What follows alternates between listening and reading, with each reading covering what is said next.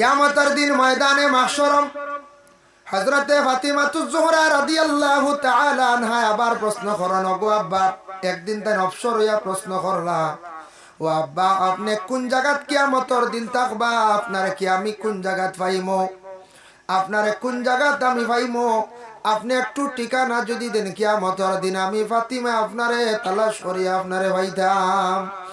আল্লাহর রাসূল ওই সময় ফরমাইন, মা গো ফাতিমা জানিয়া রাখো, কিয়ামতের দিন আমি তিনটা জায়গার মধ্যে আমি খুব দৌড়া দৌড়ি করব। বলে কোন তিন জায়গাত আপনি আমার হক্কা, বলে প্রথমে আমি থাকবো এক জায়গাত মিজান ফাল্লায়, যে জায়গার মধ্যে বিশেষ করিয়া আমি রাসূলুল্লাহ দেখমু আমার কোন উম্মতর নেকি কমি গেছে গিয়া, আমি চেষ্টা করবো আমি মুহাম্মদুর রাসূলুল্লাহ সুপারিশর লাগিয়া যতটুক সম্ভব হইব আমার উম্মতগুলোরে পরিচয় করিয়া মিজান ফাল্লা, যে ফাল্লার মধ্যে নেকি ওজন করা হইব অন আমার উম্মতের জন্য আমি রেডি থাকবো। কোন সময় দৌড় মারমু ফুলসিরাতর গাটো, আরেকবার দৌড় মারমু গিয়া দেখমো বলে আমার কোন উম্মত হলে হাউজে কৌসরের পানি খাইত্রানি। সুবহানাল্লাহ। আমার নবী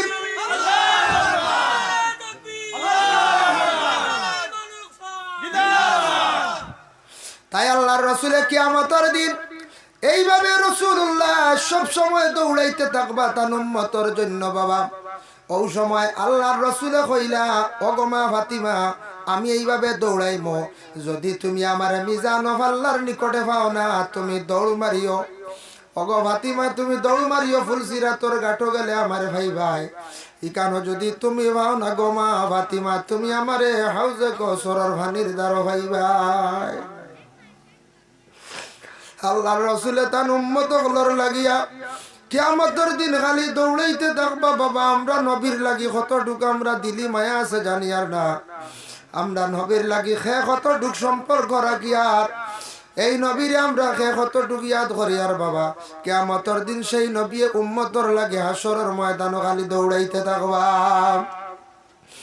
আবার ফাতিমায় প্রশ্ন করেন, ইয়া রাসূলুল্লাহ আব্বাজান আপনি বুঝলাম দৌড়াইতে থাকবা, কিয়ামতের দিন আপনার উম্মতগুলোরে খিলা পরিচয় ভাইবা একটু অনুমান দেন চাই। ওই সময় রাসূলুল্লাহ সাল্লাল্লাহু আলাইহি ওয়াসাল্লামে ফরমাইলা, মা গো ফাতিমা কিয়ামতের দিন আমি আমার উম্মতগুলোরে পরিচয় পাইমো, যে উম্মতগুলো আমার জন্য বিশেষ করিয়া তার দিলি মায়া থাকবো, সে আমার উপরে দুরূদ শরীফ পড়িব আর নমাজের আগে সে ওযু পড়িব। ওযুর জায়গাগুলা কিয়ামতের দিন আল্লাহর নূরে খালি জলমল জলমল করব। আমার উম্মতগুলোরে আমি নিজে পরিচয় পাইতে কোনো অসুবিধা হইত নাই। কিয়ামতের দিন নবীজি চিনবাইবা যারা নামাজের আগে ওযু পড়িবা, ও ওযুর জায়গায় নান খালি জলমল জলমল করবো, খালি ফর্সা থাকবো আলোকিত থাকবো, তার উম্মতরে পরিচয় হইতে কোনো অসুবিধা হইত না। বলে ইয়া রাসূলুল্লাহ ইয়া হাবিবাল্লাহ আমি আর একটু জানতে চাই, আপনার যে মাকামে মাহমুদ যেটা আছে সেই মাকামে মাহমুদ খানটা দান করবা। ইয়া রাসূলুল্লাহ সেই মাকামে মাহমুদ খানের মধ্যে আপনি যেন থাকবা, আপনার মাকামে মাহমুদ খা কি পরিমাণ হইব? রাসূলুল্লাহ ফরমান, মা গো ফাতিমা জানিয়া রাখো, ময়দানে মাহশরের মধ্যে সবচাইতে দুইটা জায়গা সম্মানী থাকবো। একটা জায়গা হইল গিয়া বলে মাকামে মাহমুদ, আর অপর জায়গা হইছে গিয়া আরশের ছায়া। বলে ইয়া রাসূলুল্লাহ মাকামে মাহমুদ শুধু আপনার জন্য নি বলে হয়, শুধু এটা আল্লাহ আমার জন্য বানায় রাখবা মনে হরকা সম্মানিত একটা স্থান, এটা আমার নবীর আল্লাহ বা রব্বুল আলামিন সেই মাকামে মাহমুদ দান করবা। বলে ইয়া রাসূলুল্লাহ আরশের ছায়ার তলে খাড়া থাকবা, আমার একটু হক্কা বর্ণনা দেখবা। রাসূলুল্লাহ সেই সময় বর্ণনা দিছন, কয়েক গুরের কথা কইছন। এর মধ্যে রাসূলুল্লাহ প্রথম উঠিয়া কইছন, গো ও মা ফাতিমা জানিয়া রাখিও, ও উম্মত আমার থাকবা আরশের ছায়ার তলে, যে উম্মত হলে দুনিয়ার জমিনের মধ্যে বেশিরভাগ যারা শরীয়ত অনুযায়ী শরীয়তের হুকুম মানিয়া চলবা, যারা বিশেষ করিয়া পর্দা পুশিদায় থাকবা, এরা কিয়ামতের দিন হাসরের ময়দান আরশের ছায়ার তলে তাদের জায়গা দেওয়া হইব। দুনিয়ার যদি কোনো মানুষ গো ফাতিমা জানিয়া রাখিও উলঙ্গ থাকে, দুনিয়ার যদি কাপড় পরিধান করছে কিন্তু উলঙ্গ দেখা গেছে, দুনিয়ার জমিনের মধ্যে সে চক্ষুর পর্দা করছে না, গুনার তাকি বাঁচার চেষ্টা করছে না, মুখ দিয়ে খালি গুনাহ করছে, গুনার কাম করছে, খালি মিছা মাত মাতিছে। বদনের মধ্যে এমন কাপড় ব্যবহার করছে, কোনো মহিলা হোক পুরুষ হোক, যে কাপড়টার কারণে তার কাপড় পরিধান করা হয়েছে না, শরীরের অঙ্গ দেখা গেছে। জীবনে সেই পুরুষে কোনোদিন মানুষে পর্দা করছে না, তার ফর্সটারে জাকিয়া রাখছে না, খালি গুনার কাম করছে। কাপড় শরীরটা ঢাকার জন্য পরিধান করছে না, কাপড় দিয়ে কাটিং করছে, ফ্যাশন করছে। জানি আর কি গো মা ফাতিমা, কিয়ামতের দিন এরারে আল্লাহ আরশের ছায়ার তলে জায়গা দিতা নাই, জাহান্নামের দিকে প্রথমে তারারে দাও দাও হয়ে যাইব। এর লাগি আল্লাহর বান্দেগান শরীরটা ডাকিয়া রাখা হইল গিয়া ফরজ, মানে সত্রে আওরাত ডাকিয়া রাখা ফরজ। বাকি অংশগুলা ডাকিয়া আমরা রাখতাম, এটা আবার কেউ যদি একবারে খালি খালি গায়ে চলে তাহলে তার শরীরটা মকরুর সহিত সবসময় রাখলো। যারা মকরুর সহিত শরীরটা খোলা অবস্থায় রাখে এরার উপরে ফরিস্তা হলে লানত দেন, সমাজ কম হালকা কাপড় পাত্র গায়ের মধ্যে রাখতা। আর কাপড় যদি পরিধান করতে ও নিয়তে যদি কাপড়টা পরিধান করন, বলে আমি সবর উদ্দেশ্যে শরীরটা ডাকিয়া রাখতাম, গুনার থাকি বাঁচতাম। বাবা জীবনে সেই কাপড়ের দ্বারা ফায়দা পাইবা। আর কাপড় পরিধান করিয়া যদি অধিক কাটিং করন, ডিজাইন করন, কোনো মহিলা যদি কাপড় দিয়া যদি কাটিং করন, মানে ডিজাইন করন, ফ্যাশন করন, কোনো পুরুষে যদি কাপড় পরিধান করিয়া যদি অধিক ডিজাইন করন, তাহলে জানিয়া রাখবা আল্লাহর বন্দেগান এই কাপড়ের কারণে কিয়ামতের দিন বেশিরভাগ মানুষ জাহান্নামী হইবা। ওই রজবের চাঁদের মধ্যে আল্লাহর রাসূলের যেই সময় মেরাজ নসিব হইল, রাসূলুল্লাহ প্রথম আসমানের মধ্যে গিয়া দেখলা এক গুরু মানুষ আল্লাহর রাসূলে দেখতে পাইলা। বলে কিলা দেখলা? এক গুরু মহিলা হল, তাদের গায়ের মধ্যে হালকা একটা মানে আগুনের কাপড় গায়ের মধ্যে লাগায়, গায়ের মধ্যে হালকা পাতলে একটা কাপড় পরিধান করা। জিবরাইল প্রশ্ন করলা, ও জিবরাইল কারণটা কি? বুঝলাম না। মহিলাদের গায়ের মধ্যে লাল রঙের মানে আগুনের একটা কাপড় দেখা যায়, এরা খুব বেশি চিৎকার দিতরা, বুঝলাম না। ওই সময় জিবরাইল উত্তর দেন, ইয়া রাসূলুল্লাহ এরার অবস্থা হইল গিয়া আপনার দেখানি হইছে, যারা দুনিয়ার জমিনের মধ্যে মহিলা হলে এইভাবে হালকা পাতলা কাপড় পরিধান করবা, গাটারে দেখাইয়া জমিনের মধ্যে চলবা, তাদের আল্লাহ কিয়ামতের দিন এইভাবে আল্লাহ আগুনের একটা ফরদ দিয়া, আগুনের শালা দিয়ে একটা কাপড় বানাইয়া তাদের গায়ের মধ্যে আল্লাহ রাখবা।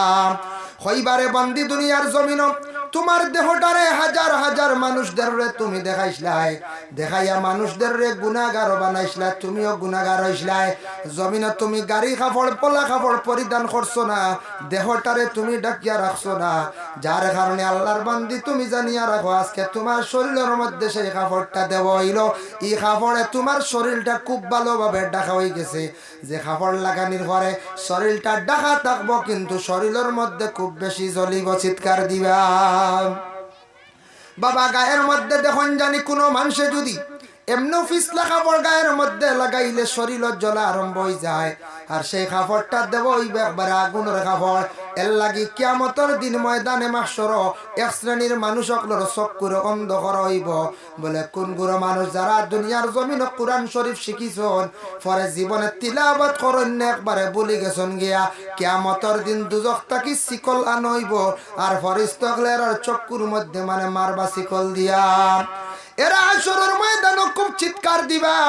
জিবরাইল জানান, ইয়া রাসূলুল্লাহ জমিন মা বাবা কষ্ট করিয়া তারারে কোরআন শরীফ শিক্ষা দিছলা, কিন্তু কোরআন দে বিলকুল পড়িছন না, বিলকুল তারা অবহেলা করছন। এর কারণে এরারে বিশেষ করিয়া আল্লাহর যাতে কিয়ামতের দিন দুজখের শিকল দিয়া তাদের চক্ষুরে জ্বালাইবা, বন্ধ বানাইবা। এর লাগি বাবা যুব সমাজ ভাইয়ান যারা বয়স কম রয়েছে, কোরআন শরীফ শিখছন, কোরআন গান তিলাওয়াত করেন। কোরআন শিখিয়া বলিলে মারাত্মক ভাবের গুনাহ। একটা মাদ্রাসা কুলিয়া কেউ চালায় না, যদি বন্ধ করে সেও গুনাহগার। একটা মসজিদ ব্যক্তিগত বানাই দিলাম একটা, বাদে যদি নমাজ পড়ি না, এরার মারাত্মক শাস্তি বলে কিতাব। নবীজি দেখছেন মেরাজের রাত মসজিদ বানাই লইছেন ব্যক্তিগত, গুছা করিয়া ভাস করিবার এইলা হয় নানি, বানাই লাইছেন, বানাইয়া মসজিদে নমাজ নাই, মসজিদের হেফাজত নাই।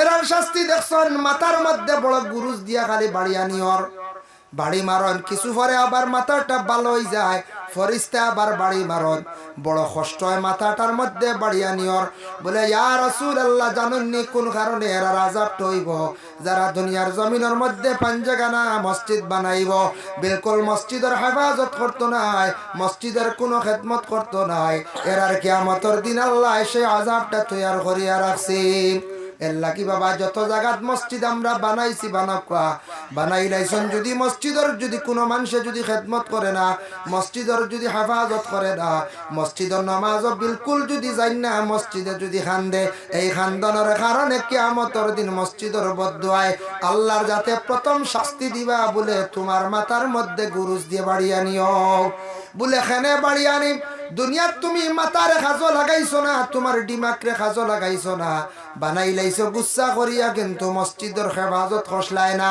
তুমি মসজিদের কোনো খেদমত কষলায় না তাই তোমার জন্য সেই শাস্তিটা এর জন্য বাবা বড় কঠিন শাস্তি হইল কি আমরা যদি কেউ মসজিদ বানাইয়া যদি বিলকুল হেফাজত করি না নামাজ পড়ি না এর জন্য মানুষের আল্লাহর যাতে কতটুক সৌন্দর্যতা দান করছেন বাবা পুরুষ হোক মহিলা প্রথমে আল্লাহ নিয়ামত গুলা দান করছেন একজন পুরুষের মাথার মধ্যে চুল আছে যে চুলটা দেখো একটা আল্লাহর নিয়ামত নিয়ামত দিনা না চুল যারা নাই আমারও তালুত পড়ে গেছে গিয়ে বুঝাইছে রদিত গেলে জাত করি ধরে বুধবাইলাম এখন আগে বুধবাইছিলাম না আমারও তালু খালি হয়ে গেছে গিলা তালু খালি হয় না একগুলো এখন তালু বুঝুন খালি হয়ে গেলে পয়সা হয় আর চোখ বালা বুঝাইছে তালু খালি হইলে কিতা হয় পয়সা বুঝি নয় ওইলে তো বালা যাই কোনো